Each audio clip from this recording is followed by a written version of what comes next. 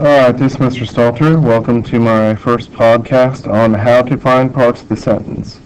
Today we're going to be talking about how to find basic parts in the average sentence, and we're going to talk about how we can find them and identify them to use them for other tasks.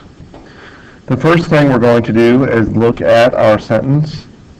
Our sentence is the boy threw the girl the frisbee. Now, the first thing you need to do when finding a sentence is to find the verb. In this case, we're just going to concentrate upon action verbs. So let's look for the verb in the sentence. Is there any word in a sentence that looks like an action or something that you can do? In this sentence, we see the word threw. Throwing is something that you can do, so obviously that would be the verb of the sentence. Now, once you have found the verb, you need to find the subject. Now, what you do is simply ask the question, who or what plus the verb, alright?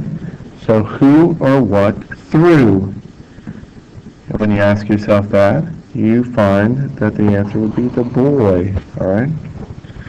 Next, to find the direct object, you simply ask the question, once you find your subject and your verb, and you ask what or whom.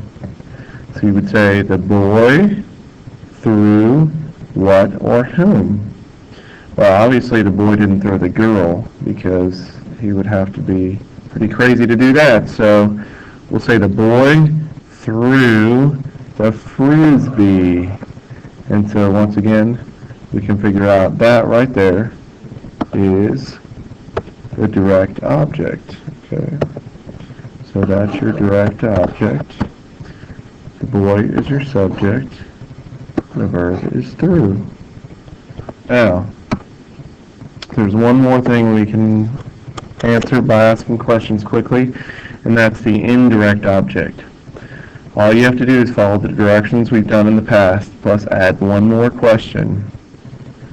Say the subject, plus the verb, plus the direct object, and then ask the question, to whom or for whom, okay?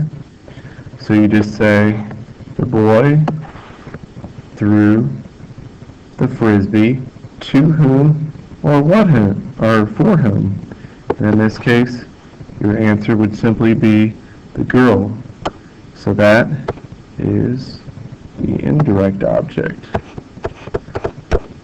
So those are some ways that you can easily find parts of the sentence. Thanks for listening, and I'll see you next time.